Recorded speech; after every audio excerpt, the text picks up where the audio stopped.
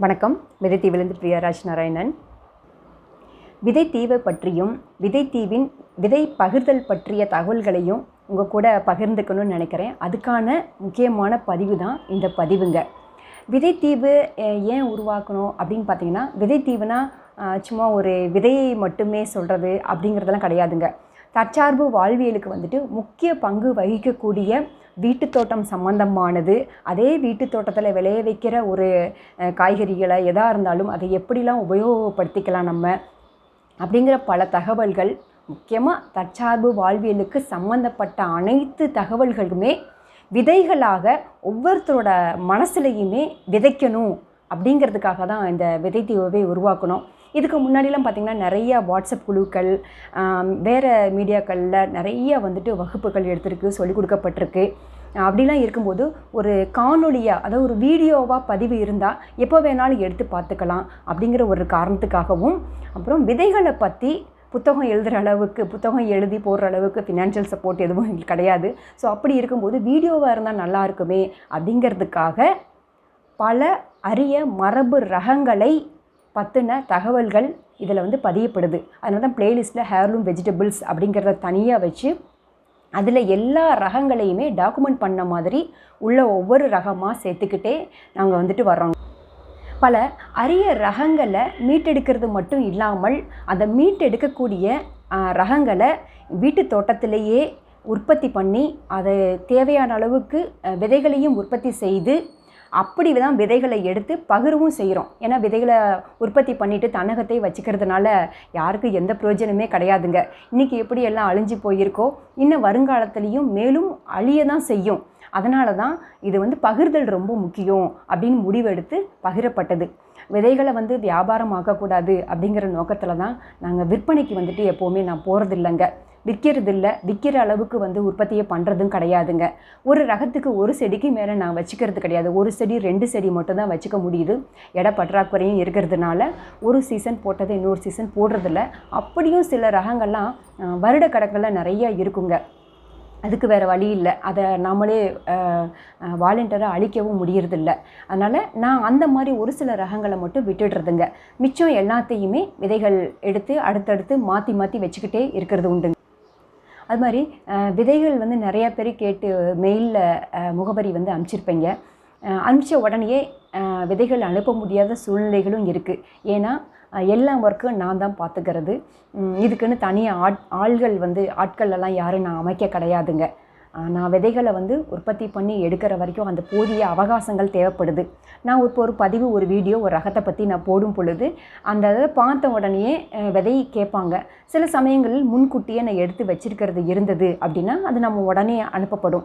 அப்படி இல்லாத பட்சத்துக்கு குறைந்தது 2-3 மாதங்களாவது ஆகும். ஏன்னா விதைகள் எடுக்கிறது கூட என்கிட்டேருந்து ஒரு விதை போகுது அப்படின்னா அது வீரியத்தோடு நல்ல முளைப்பு திறனோடு போகணும் அப்படின்னு நினப்பேன். அப்படி இருக்கும் பொழுது அதுக்கு போதிய அவகாசங்கள் தேவைப்படுது. 2-3 முறை காய்களை பறித்து விட்டு நடுத்தரமாக இருக்கக்கூடிய சூழலில் தான் அதை விதைக்கி விடணும். அதை விதைக்கி விட்டு அந்த விதைகளை எடுத்து அதுக்கு தேவையான உறக்க நிலைகள் கொடுக்கணும். சும்மா இன்றைக்கி நான் விதையை எடுத்துகிட்டு ஒரு 5-6 நாள்லையே அதை போட்டோம்னா இது முளைக்கும். ஆனால் பெருசாக உங்களுக்கு நீடித்து வளராதுங்க, சர்வே ஆகாது, சரியான ஈல்டு கொடுக்காது. இந்த மாதிரி நிறைய பிரச்சனைகள் இருக்குது. உங்களுக்கே தோணும், என்னடா விதை வாங்கணும், இவங்ககிட்ட வாங்கி முளைக்கலை, இந்த மாதிரிலாம் ஆகுது, காயே சரியாக காய்க்கலையே, அவங்க போடும்போது அப்படி இருந்ததே அப்படின்னு உங்களுக்கும் மனசுக்கு கஷ்டமாக இருக்கும். அதனால் என்கிட்ட இருந்து விதை வர்றது போதிய உறக்க நிலை அடைந்ததுக்கு அப்புறம்தான் விதைகளே சேரும். வந்த உடனேயே நீங்கள் நட்டுடலாம்.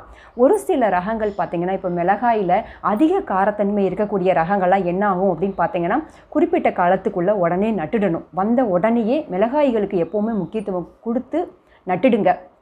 ஏன்னா அது காரத்தன்மை ஜாஸ்தி இருக்கிறதுனால முளைப்புத்திறன் சீக்கிரமாகவே போயிடும். நம்ம என்ன தான் ரெஃப்ரிஜிரேட்டரில் வச்சுருந்தாலுமே ஒரு சில காரம் ரொம்ப ஜாஸ்தியாக இருக்கிற ஒரு சில மிளகாய் ரகங்கள், இந்த யாகக்குண்ட சாம்பல் இருக்குது பார்த்திங்களா, அதை கலந்து நாங்கள் ரெஃப்ரிஜிரேட்டரில் வைக்கும்பொழுது ஓரளவுக்கு முளைப்புத்திறன் ஒரு 7-8 மாதம் வரைக்குமே இருக்குதுங்க. 1 மாதத்துக்குள்ளே போடலைன்னா முளைக்காது அப்படிங்கிற ரகம் கூட அந்த மாதிரி இருக்குது. இப்போது நிறைய பேருக்கு விதைகள் அனுப்பப்பட்டிருக்குது. அனுப்பப்பட்ட விதைகள் நிறைய பேர் வந்துருச்சா அப்படிங்கிற தகவல் வந்து கொடுக்கறதே கிடையாது. தயவுசெய்து கொஞ்சம் வந்து விதை வந்துடுச்சுன்னா ஒரு சின்ன ஒரு கன்ஃபர்மேஷன், விதை வந்தது அப்படின்னு சொன்னாலே போதுங்க. அதில் எங்களுக்கு ஒரு சந்தோஷம், ஓகே போய் சேர்ந்துருச்சு. அதனால தான் முன்னெல்லாம் 5 ரூபா 10 ரூபா ஸ்டாம்ப் ஓட்டி தாங்க அமுச்சிக்கிட்டு இருந்தோம். அது பெருசாக செலவாகவும் எங்களுக்கு தெரியலை. அது மாதிரி தான் நான் அமுச்சிட்டே இருப்பேன். அப்போ எல்லாருமே தகவல் கொடுப்பாங்க. முக்கியமாக வாட்ஸ்அப் குழுக்களில் இருக்கிறவங்க, எங்களுடைய குழுவில் இருக்கிறவங்களுக்கு முக்கியத்துவம் கொடுத்து ஃபஸ்ட்டு அமுச்சு விட்ருந்தோம் விதை தீவு உருவாகிறதுக்கு முன்னாடி. அதுக்கப்புறமா இதில் வந்து வந்ததுக்கப்புறமா இப்போது இந்த லாக்டவுன், கொரோனா லாக்டவுன் இந்த மாதிரி விஷயங்களில் நிறைய கவர்கள் வந்து போய் சேராமையெல்லாம் இருந்துச்சு. 5 ரூபா 10 ரூபா ஸ்டாம்ப் ஓட்டி நார்மல் போஸ்டரில் அனுப்பும்போது இப்படி அரிய ரகங்களாக அப்படி அமுச்சு போய் சேராமல் இருக்கே அப்படிங்கிறதுக்காக தான் இப்போ எல்லாமே ரிஜிஸ்டர் போஸ்டரில் தான் அமுச்சிட்ருக்குறோம். சீட்ஸ் எல்லாமே ரிஜிஸ்டர் போஸ்ட்டில் தான் அனுப்புகிறோம். கண்டிப்பாக போய் சேராமல் இருக்காதுங்கிறது எங்களுக்கு கண்டிப்பாக தெரியும். இருந்தாலும் உங்ககிட்ட இருந்து ஒரு ஃபீட்பேக் கிடச்சா இன்னும் கொஞ்சம் சந்தோஷமாக இருக்கும். அதுதான், வேறு எதுவும் கிடையாதுங்க. விதை வந்துருச்சுன்னு சொல்லிவிட்டு அவங்களுடைய ஃபீட்பேக் கொடுங்க. நீங்கள் முளைக்க வச்சிங்களா, போட்டிங்களா அப்படிங்கிற ஒரு தகவல், சின்ன ஒரு பகிர்தல் தானே. நீங்கள் மெயில்லையே கூட நீங்கள் கொடுக்கலாம், முளைச்சிச்சு. ஒரு சிலர் வந்துட்டு முளைக்கலை அப்படின்னு சொல்கிறாங்க. நெய்மிளகாய் வந்து முக்கியமாக முளைக்கலை அப்படின்னு நெய்மிளகாய் பற்றி அந்த பதிவு போடும்போதே நான் சொல்லியிருப்பேன். எப்போவுமே என்னோடய பதிவுகளை வந்து முழுவதுமே கடைசி வரைக்குமே பாருங்கள். பார்த்தா தான் அதில் நிறைய தகவல்கள் வந்து சொல்லியிருப்பேன். அப்படி இருக்கும்பொழுது உங்களுக்கு எந்த சந்தேகமே எழாதுங்க. அவ்வளோ இன்ஃபர்மேஷன்ஸ் நான் கொடுத்துருப்பேன்.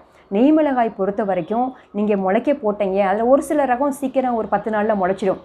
ஒரு சில நெய்மிளகாய் ரகங்கள் 1 மாதம் ஆகி முளைக்கிறது உண்டு. நீங்கள் போட்டுட்டு மற்ற விதைகளோடு போட்டுட்டு மற்றதெல்லாம் முளைச்சிருச்சு, இது மட்டும் முளைக்கலையே அப்படின்னு சொல்லி தூக்கி போட்டவங்க நிறைய பேர் உண்டு. அதனால தான் சில ரொம்ப அரிய ரகங்கள் எல்லாம் எல்லாருக்குமே நாங்கள் கொடுக்கறதும் கிடையாது. ஏன்னா அந்தளவுக்கு உற்பத்தியும் இருக்காது.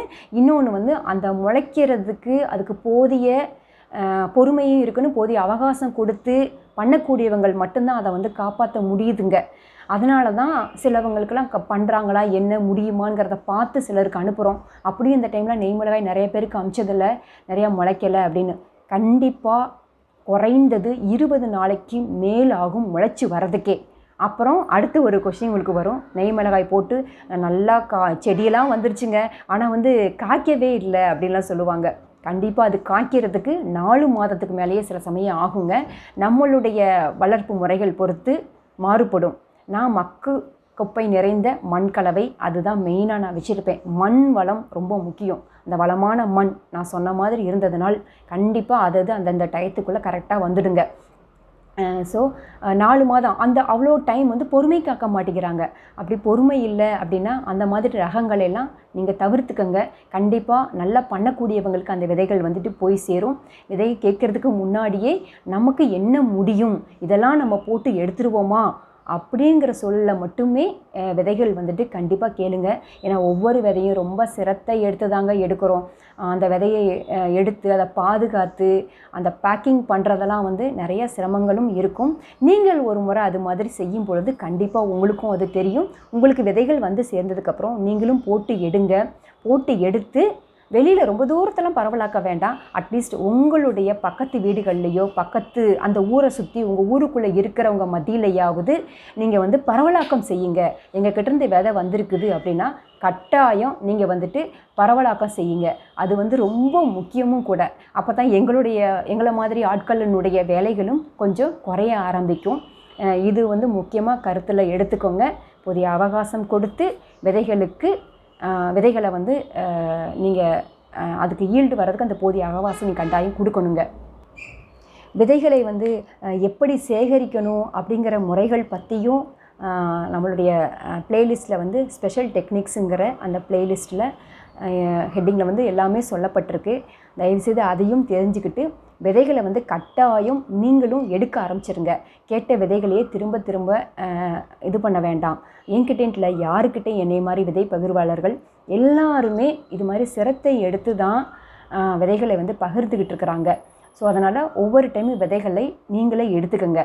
முடிந்த அளவு உங்களுக்கு வந்து குறைஞ்சது என்கிட்டேருந்து விதை வந்திருக்குதுன்னா குறைஞ்சது 15 ரகத்துக்கு கம்மியாக நான் யாருக்குமே விதையை அனுப்பிச்சதே கிடையாதுங்க. ஒரு கவரில் 15 ரகத்துக்கு கம்மியாக நான் அனுப்பவே மாட்டேன். அதில் குறைந்தது ஒரு 5 ரகத்தையாவது வருடம் காப்பாற்றி கொண்டுட்டு போயிட்டே இருங்க. அது வந்து ரொம்ப சிறப்பான ஒரு விஷயமும் கூட. அப்படி நீங்கள் காப்பாற்றினீங்கனாலே பெரிய சக்ஸஸ் தாங்க. ஸோ அது வந்து கண்டிப்பாக பண்ணிக்கோங்க. விதையை வந்து கட்டாயம் விதை நீங்களே எடுக்க ஆரம்பிங்க. அதே மாதிரி இனி விதைத்தீவில் இருந்து ஒவ்வொரு டைமும் விதை வந்து எப்போ பார்த்தாலும் நாங்கள் அனுப்பிச்சிக்கிட்டே இருக்கிற மாதிரியே இருக்குங்க. மற்ற பணிகள்லாம் செய்ய முடியாமல் இருக்குது. என்னை பொறுத்த வரைக்கும் ஆன்லைன்லேயோ சோசியல் மீடியாலேயோ நான் விவசாயம் செஞ்சுக்கிட்டே இருந்தால் சரியாக வராதுங்க. ஏன்னா எனக்கு இந்த மாதிரி இதிலே டைமை வந்து என்னால் ரொம்ப ஒதுக்கிட்டே இருக்க முடியாத சூழ்நிலைகள். ஏன்னா களத்தில் இறங்கி செய்யணும்னு நான் நினைக்கிறவ. ஸோ களத்தில் மண்ணில் வந்து நான் இறங்கி செஞ்சு அதை உற்பத்தி பண்ணணும். அதுக்கான நேரங்கள் இப்போ தற்சமயம் எனக்கு கிடைக்காமல் போகுது. எனக்கு வந்து முக்கியம் நான் களத்தில் இறங்கி செய்து அதை கொண்டுட்டு வர்றது தான். அதுக்கு தான் நான் முக்கியத்துவம் கொடுப்பேன். அந்த சேனல், யூடியூப் சேனல், மற்ற சோசியல் மீடியாஸ் இதெல்லாம் எனக்கு வந்து கடைசி இது தான். அதுக்கு முன்னாடி நான் செய்ய வேண்டிய வேலைகள் வந்துட்டு நிறையா இருக்குது. நான் சேகரிக்கிற ஒவ்வொரு விதைகளையுமே உற்பத்தி பண்ணி அந்த விதைகளை பகிர்தலுக்கு கொண்டுட்டு வர்றது தான் எனக்கு ரொம்ப முக்கியமான விஷயம். அது ஒன்று.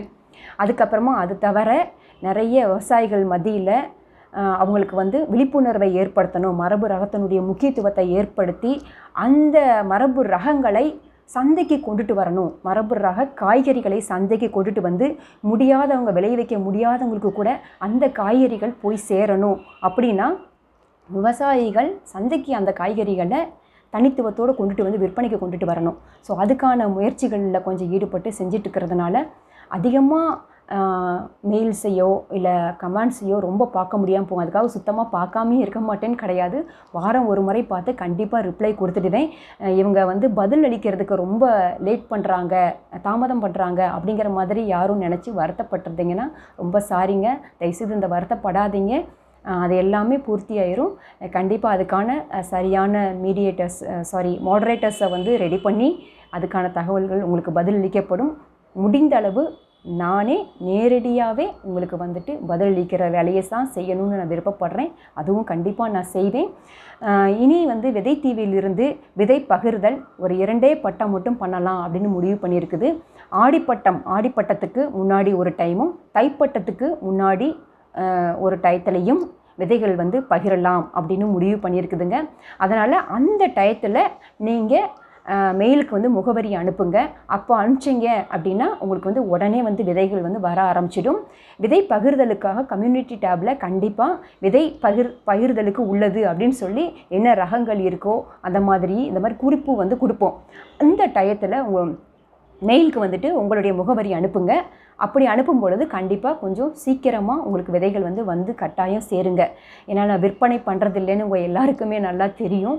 அதனால தான் எனக்கு வந்து இந்த டிமாண்டை வந்து மீட் அவுட் பண்ண முடியல. அதே மாதிரி விதைகள் வந்து கொடுக்கும் பொழுது இப்போ என்கிட்ட ஒரு 100 பேர்த்துக்கு தான் கொடுக்கறதுக்கு விதை இருக்குதுன்னு வச்சுக்கோங்களேன்.